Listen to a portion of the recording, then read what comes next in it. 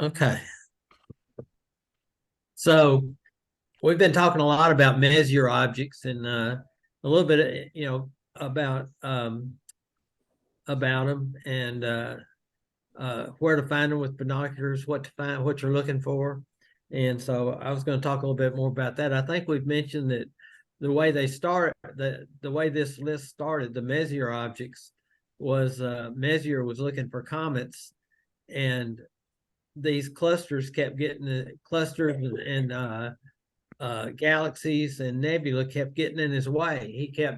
He'd have to watch them for 2 or 3 nights to see if they moved, and so he finally just started making a list of these objects, and then so he's not remembered for the comets he discovered, but he's definitely remembered for this list of 110 objects. I don't think I think there were a few added. 100, he probably did 105 or 106. Bruce might know, but there were some added to get it up to 110.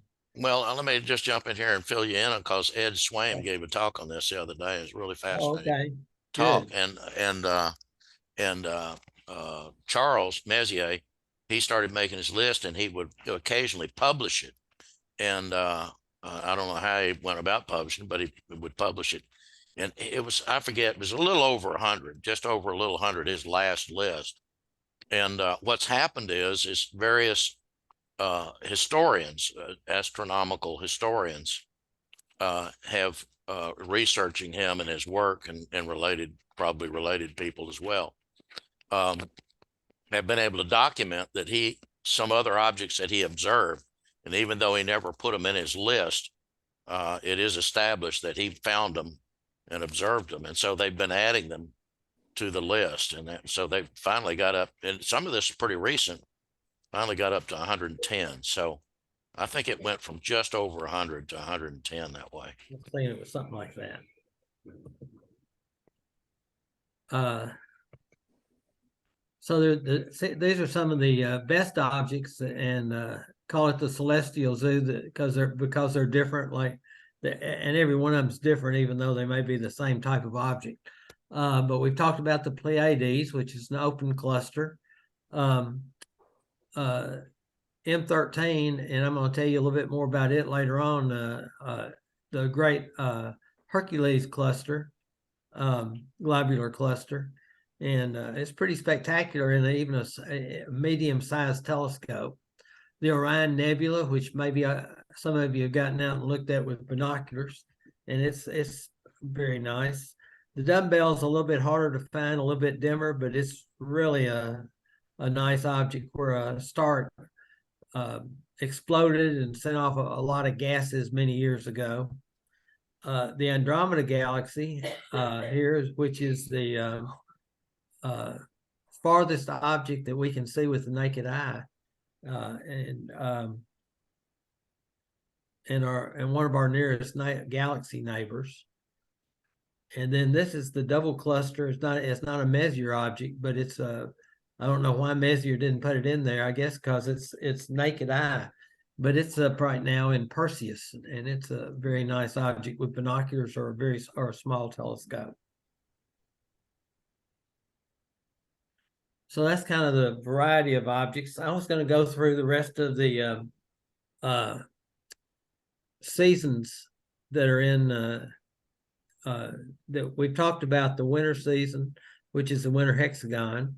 Last week we talked some about the spring diamond, which is up right now, or it's coming up in the east after sunset. So I think Leo is already up, and the rest of them are up within an hour or two after dark. But the next one is one of my favorites, and this is the summer triangle. It's just very easy to pick out and a great place to figure out the summer stars. Start figuring out what the summer stars are, and it's got three. It's got more than three. It's actually got 5 constellations, but 3 of them have first magnitude stars, which make up the summer triangle. And besides being constellations, 3 constellations that actually look like what they represent. You've got the summer Milky Way going right through these constellations through Cygnus and Aquila. And so it makes for, if you can get out into a moderately dark sky, you can see that Milky Way pretty good, because the summer Milky Way is the brightest part of the Milky Way. So just like before, what I like to stress is start to memorize the three star names, and then when you go out, you can pick them out and you remember the summer triangle that way, and then memorize the three constellations. So Vega, Deneb, and Altair, Lyra the Lyre, Cygnus the Swan, and Aquila the Eagle, and trace them out. Not just once or twice, just go out there every week or so and find them. They'll be in one nice thing about the summer triangle is it is up from about the middle of May after dark until December. So it's up for more than half the year.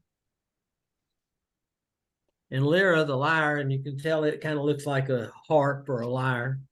And it's very easy to trace out. It's a parallelogram with a bright star Vega, fourth brightest star, fifth brightest star.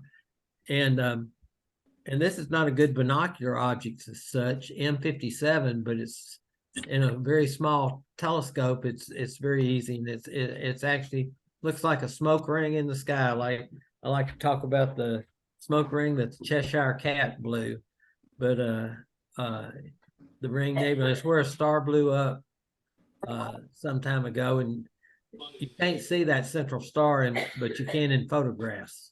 You can't pretty much, unless you have a really, I've never seen it through a telescope.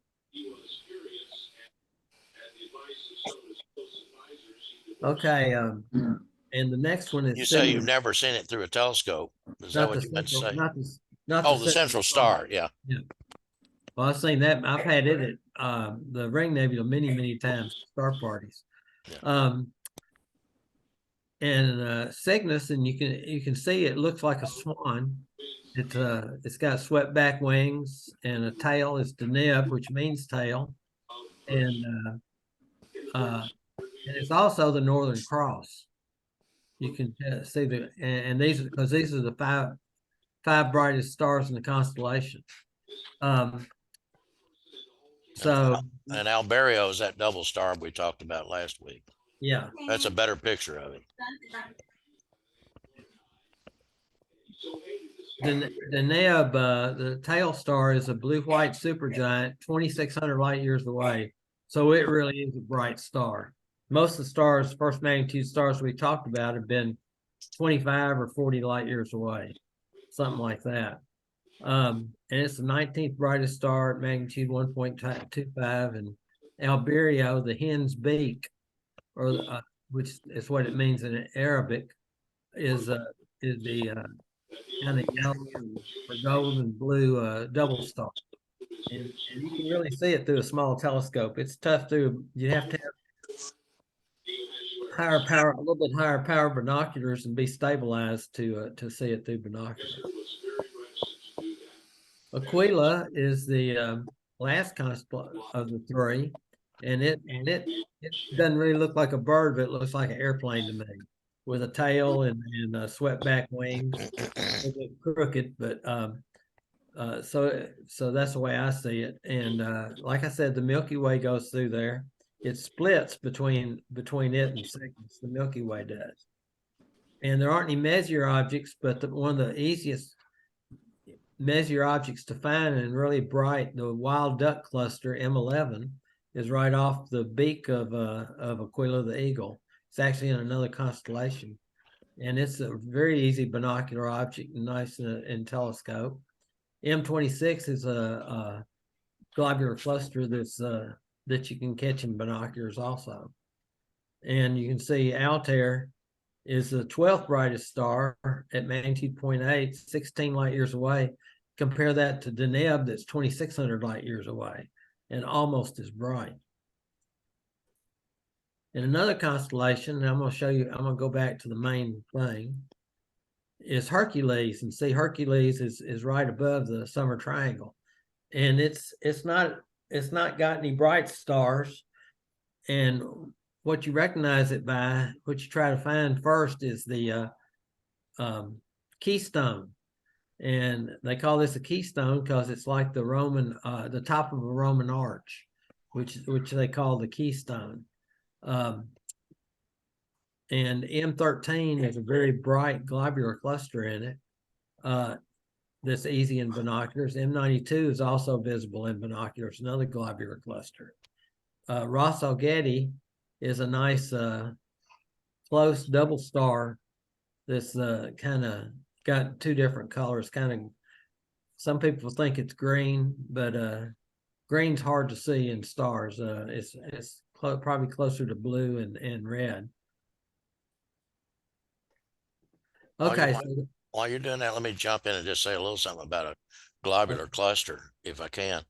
These globular clusters are different from the open clusters that are created, that arise in the disk of the galaxy. The globular clusters are formed outside the galaxy, although they're part of it.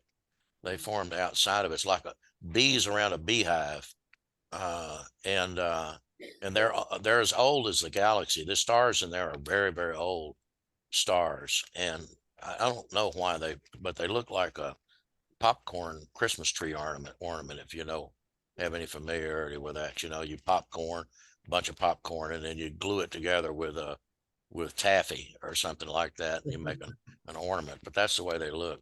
But those stars are light years apart, but they're all in a clump, so they're all very close together, even though they're probably light years apart.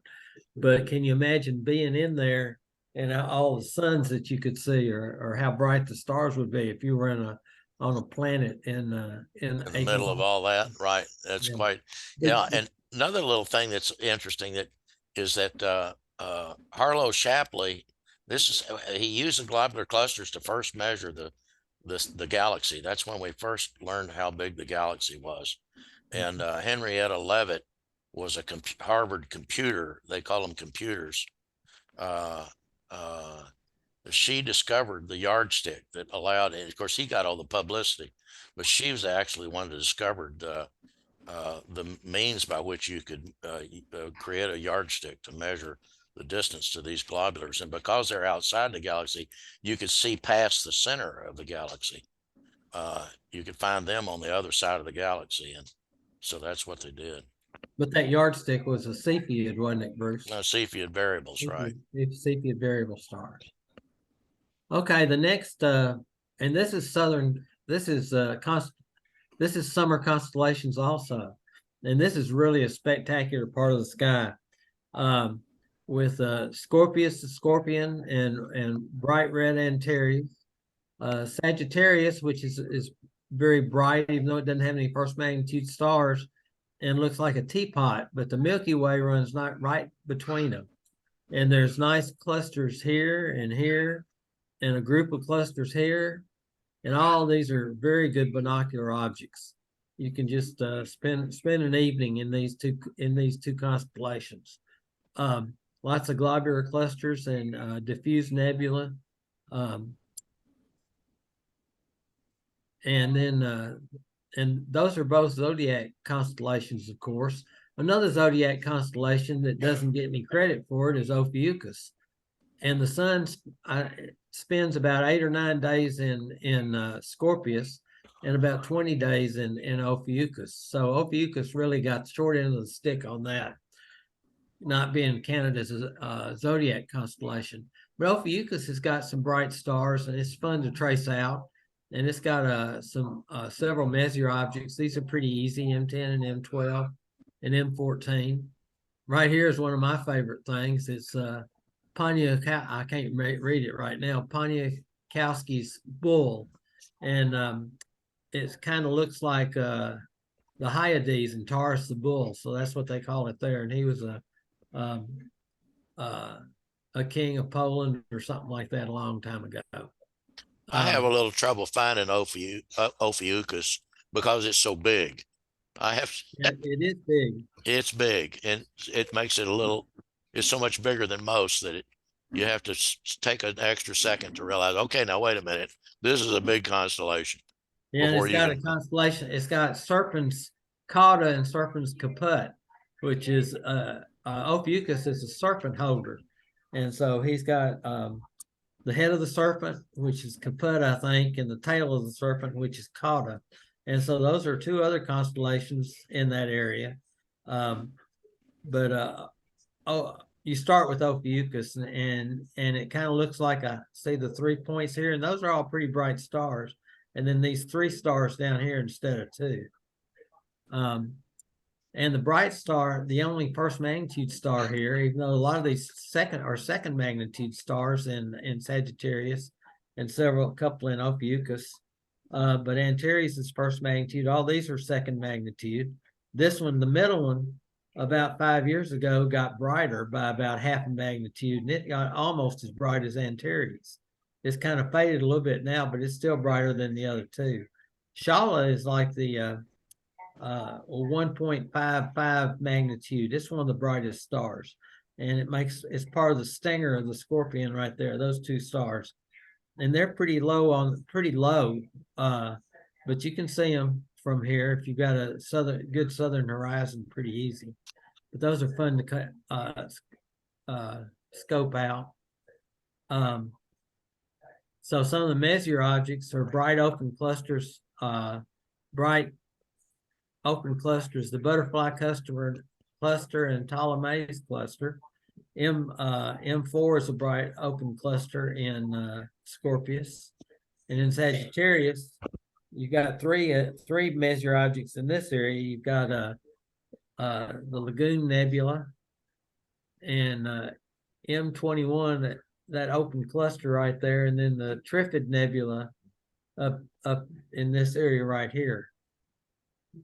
And M22 is almost as I think it's as bright as the Great Hercules cluster. And those are all easy to find in Sagittarius. In the fall, you start getting into a pretty dim area of the ecliptic. The Capricorn is a nice constellation to trace out. Aquarius is a little tougher. You can do it though. Aquarius has got some nice little droplets I like these areas right here, droplets of water with binoculars.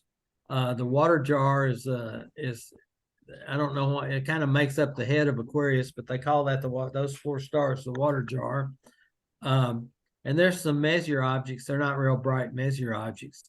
The bright star is in this constellation here, Pisces Austranus, which means southern fish, and Fomalhaut is the only bright star in that region, a first magnitude star, about 25 light years away.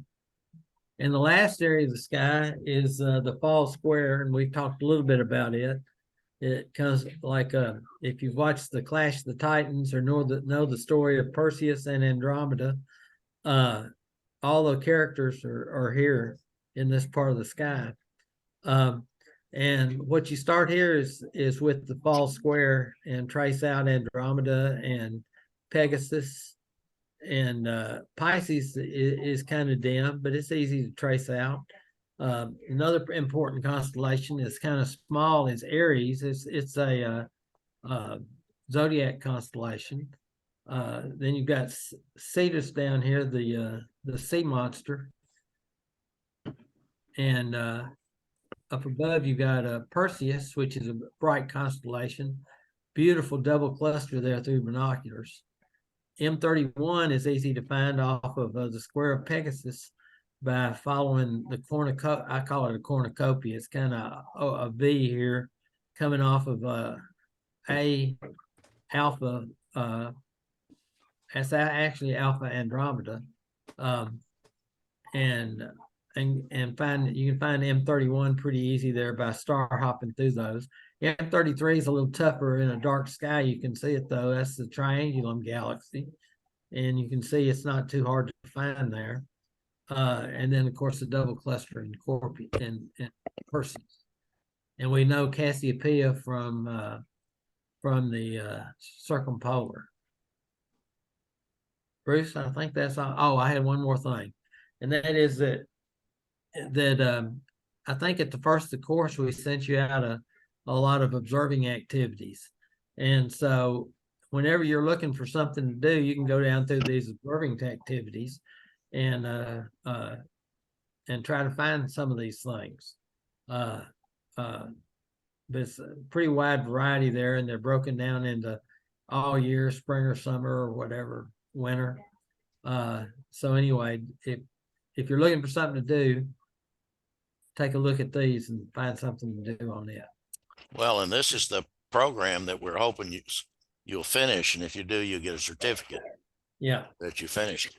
So, yeah, why don't you just go ahead and keep the slideshow going? Go to the next slide. You can consider this a commercial break if you want, because we're going to talk a little bit about ANSA's mission. ANSA is your host in all this, and our mission is to address the nocturnal environment and try to protect it. This slide depicts the progression of light pollution since the 50s through to 1997, and then projects it. This is getting a little dated, and projects it into the future if it continues at the current rate. And it only goes 2 years into the future now. This was created some time ago, but it's been a dramatic. This has come about in a very short period of time. And if you'll move a slide, we're only now beginning to recognize the consequences of it. The dark sky movement, if you will, is a fairly new environmental concern, but originally started by amateur astronomers and professional astronomers concerned about the stars. But it turns out that, and it shouldn't be a surprise, that all biology on this planet has evolved under the 4.5 billion year old cycle of night and day. And it's all keyed into it, and including us humans. It's becoming increasingly apparent that there are adverse consequences for us humans and everything else that lives on the surface of the planet to turning night into day. It disrupts breeding and feeding and hormonal cycles. The American Medical Association tells us that exposure to artificial light at night increases a human risk for diabetes, obesity, depression, breast and prostate cancer. And that's because our bodies are keyed into this cycle of night and day, and they shift hormonal gears at night when the sun goes down. And expose yourself to artificial light, particularly the blue spectrum, at night disrupts that process and creates these health risks. And all those diseases, by the way, are epidemic in modern society. But there's also energy, waste, carbon footprint. It's a huge, substantial contributor. Wasted light at night is a substantial contributor to our carbon footprint. The U.S. Park Service estimates that at least half the light generated at night is wasted. It's either not useful to start with, or is not properly directed. And you can change the slide now, if you would, Rocky. And this is just what I talked about. The Audubon Society is collaborating with the International Dark Sky Association. Here in Arkansas, we belong to the Lights Out Heartland program. This is focused on birds. Millions of birds die each year in the migrating season due to light associated with light pollution. Next slide. So that's all bad news. The good news is this is a pretty simple problem to solve. And in fact, when you address light pollution, you end up with better lighting. It's more efficient lighting. It's more effective lighting. And the key to starting in this, to the first step in responsible lighting, is proper shielding, so that you put the light where you need it, where it's useful. Light that's unshielded, as the next slide is going to show us, provides poor visibility because your eye adjusts to the direct being able to see the illumination source directly, your eyes adjust to that. And so then you can't see the dimmer areas that you're trying to illuminate.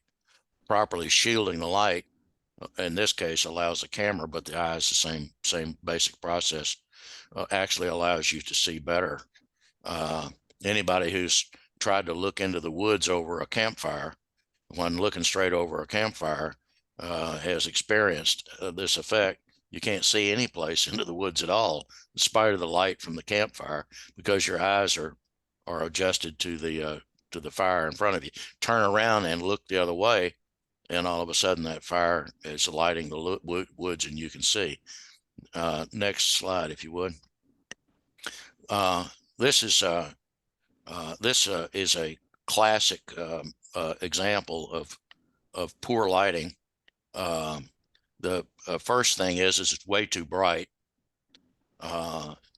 Too bright light actually reduces visibility, for a little bit like that glare situation we were talking about.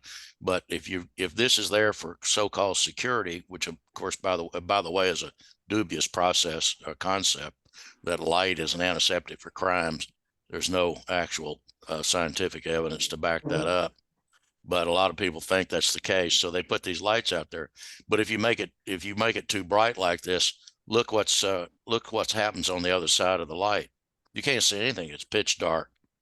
So you've actually reduced security, because anybody who's interested in breaking into that building will just go around the light out there and be completely invisible. The second thing is it's not aimed down. It's aimed to the side. So about half that light there is going up into the sky.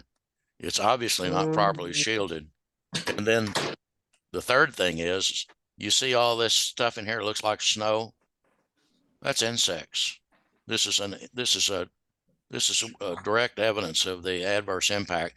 Germany has passed lighting laws specifically out of concern that the biomass of the country is dropping, because the insect population is being decimated by various mechanisms, one of which is this. And these bugs, this ground here underneath this light, were littered with the carcasses of the bugs that have flown themselves to death here, attracted by this light.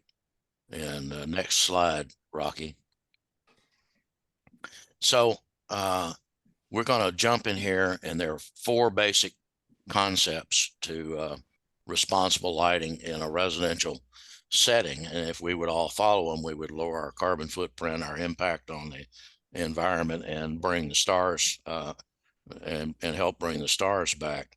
Of course, the drawing up at the left is excessive light, glary light, not directed where it's needed. And the bottom at the right, they've illuminated where you actually needed some light. It's down directed, it's properly shielded, and it's not overly bright. That just sums it all up. Next slide. Basically, there are 4 steps, and you can go online. You can go to our website and find a link where you can self-appraise your own property and determine whether you're lighting responsibly in your house. It's a 4-step process. And the first step, with each fixture, you ask yourself, do I really need to have that light? Second step, second slide.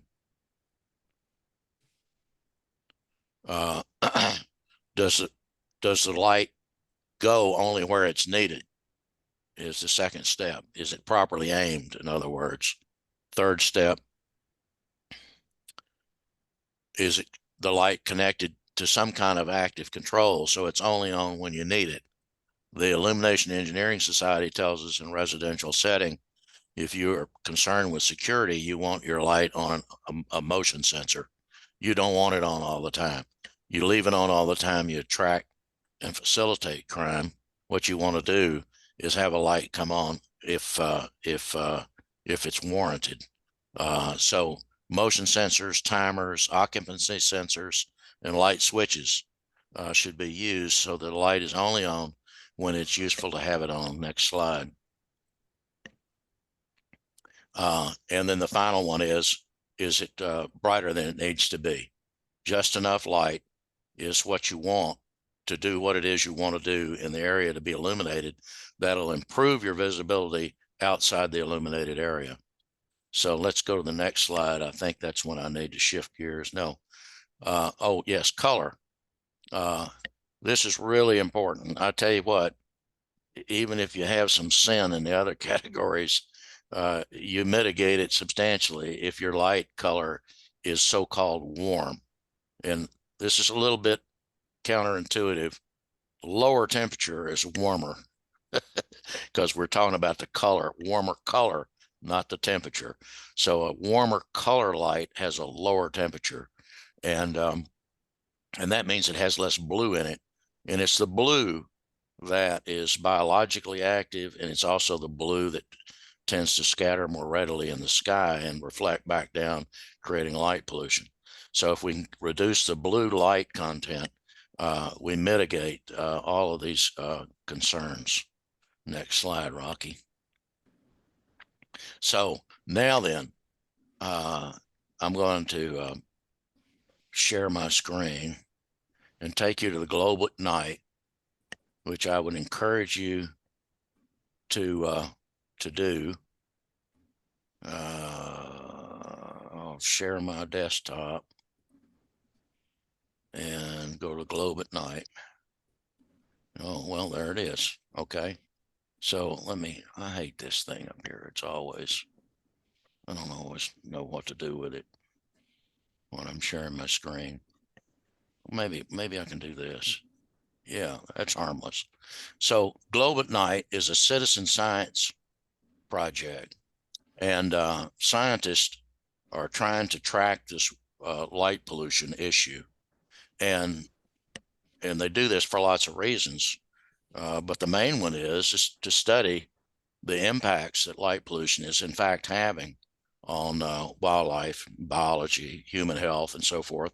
To document this, you have to be able to document where the light pollution is and how it's changing. And what they do is they use satellite. They can use satellite data, satellites that were created for other purposes. They can use the data from the satellites, but they have to calibrate it. It has to be calibrated. In other words, they have to interpret it and apply it to what actually is happening on the ground in terms of light pollution. And they had this done, but now then the light technology is changing from the old heirloom fixtures that we had for forever to this LED, and that changes the game.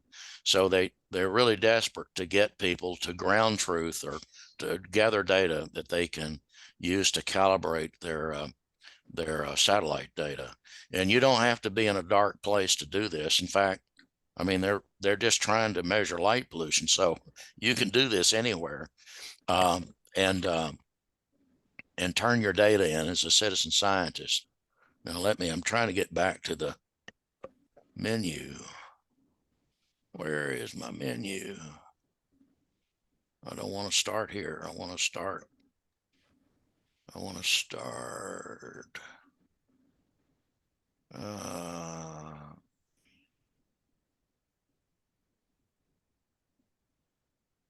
Well, let me just do this. I don't know why.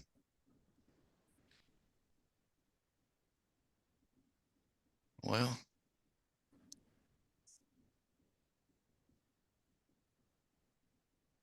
I don't see how to get out of this. Escape. Globe at Night.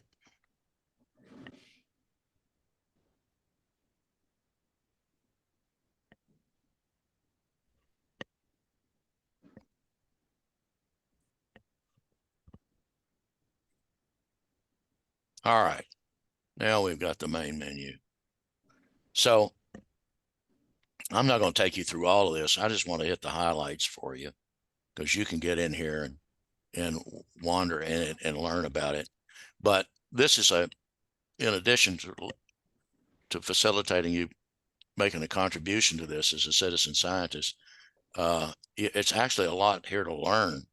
And one of the features they've got is under the Learn tab is constellations. And of course, this is actually how you're going to end up doing this anyway. So it's not, they haven't just thrown this in there for giggles. That this is actually the way you're going to generate your data. But nevertheless, it's fun that they include these artistic renderings of the constellation, and then they have the mythology and a guide to help you find it, and so forth. So you can get in here and learn about these constellations and their mythology, which is fun. And you can learn about light pollution, and you can learn about magnitudes under the Learn tabs. And then you actually report, and this will tell you how this works. So here are the 6 easy steps for how you do this. But basically, each month, of course, you've got to do this when the moon's not in the evening sky. And so each month, they tell you which constellations you can use during a period of time when the moon's not in the evening sky. In this case, March 13 through 22nd is the time to make your observations right now, and you would use Gemini or Orion.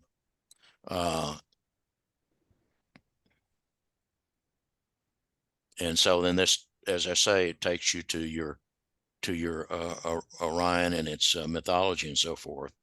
And but then you go over here to report, and there's an app you can download. Now it wants to use my location, and I'll say yes. Your app will do the same. You get an app for your cell phone that does basically the same thing that you're seeing here. And it'll ask you, do you want to use your location? And you say yes. Then it'll plug you in on this map as to where you are. It'll assume that the time of your observation is the time that you're entering it, but you can change it if it's not. You could go out and make your observations and then come back in a couple of hours later. If you just have made a note about when you made your observations, you can change this. But see, it's plugged in, and if you want to, you can change this location. You could say not allow and use this map and find where you were and click it, and it'll enter the latitude and longitude. And then you can enter comments about your location. But here's how it works. And you can do this. They also have paper maps that you can print out that do the same thing. But this sky, which one did I pick? Gemini or Orion? I can't remember. Well, we'll find out in a minute. This is what your sky would be with a 0 magnitude. In other words, the only star that would appear would be one that was a 0 magnitude in the sky. It's so light polluted. This is what you would see if you've got a first magnitude sky. This is a second magnitude sky, a third magnitude sky, a fourth magnitude sky, fifth magnitude sky, sixth, and seventh. So what you do is you go out and you look at your map and you say, well, I see all those stars and more. Well, then you go to the next map. Well, I see all those stars and more. So you go to the next map and you carefully look at that and see if you can see all these stars, and maybe you can if you're in a rural area. And so you go to the next map and you say, whoops, no, I don't see all those stars. So now you've got a fourth magnitude star sky, and you report that. And then they want you to say something about cloud cover. I don't know why they have this, because I don't know why anybody would be making this observation if you had more than half a sky cloud, or even half for that matter. But at any rate, they ask, and any comments about haze and so forth. That's how that works. Now, I hope I can get out of it again. I don't know why. How do you get out of this thing? I got out of it earlier without any problem. Let's see if I can go back. Okay. So then your data will be recorded. along with everybody's else's. And this is, I think so far this year, what this map is. They record it for each year. And you can go in here.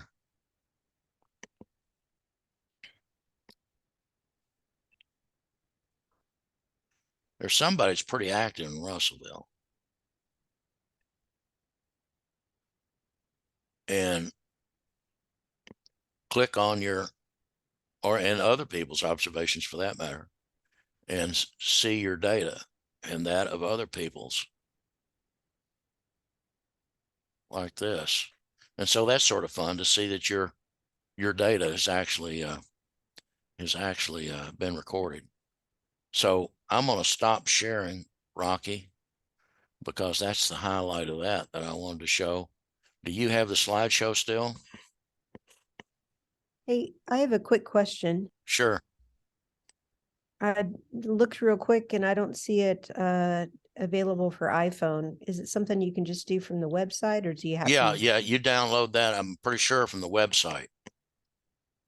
Well, what I'm saying is there's no app for Oh, iPhone. yeah. Is there not for Globe at Night? For the iPhone, I couldn't find one. Huh. Well, let me go back to Globe at Night real quick and see. Try going through the site to download it. Yeah, can you not do that? Let's see here. It might be a third-party app where you'll have to add it in. Resources, printable magnitude charts, quality light, data reporting, web app transactions. I know you used to be able to download it from the site. Let me see. Hey, I tried Globe at, it works on Android, but I just put in globeatnight.com into my search, thing, and it just came. And then used it as the web page. Yeah, right. Like we were just doing. And it works good on my Android phone. Okay, I've got it on my iPhone on the website. I just didn't see the app. So you can report directly from the website then? Yeah. Yeah, I'm surprised that they don't have an app for it for the phone though. Because you want to have a night vision. Oops, I don't want to do that. Where have I got myself? Well, then I'm gonna stop my share, solve that problem. No, Rocky, share your screen. Okay. And go back to our slideshow. Okay, which slide? Wherever we left off. There may not be any more. That's it. Okay. Just wanted to make sure. I think that's pretty much it. Well, here's some more stuff you want to talk about. Yeah, but no, that's all stuff we've relegated to the attic. Yeah. Okay. Oh, we're done. How about questions?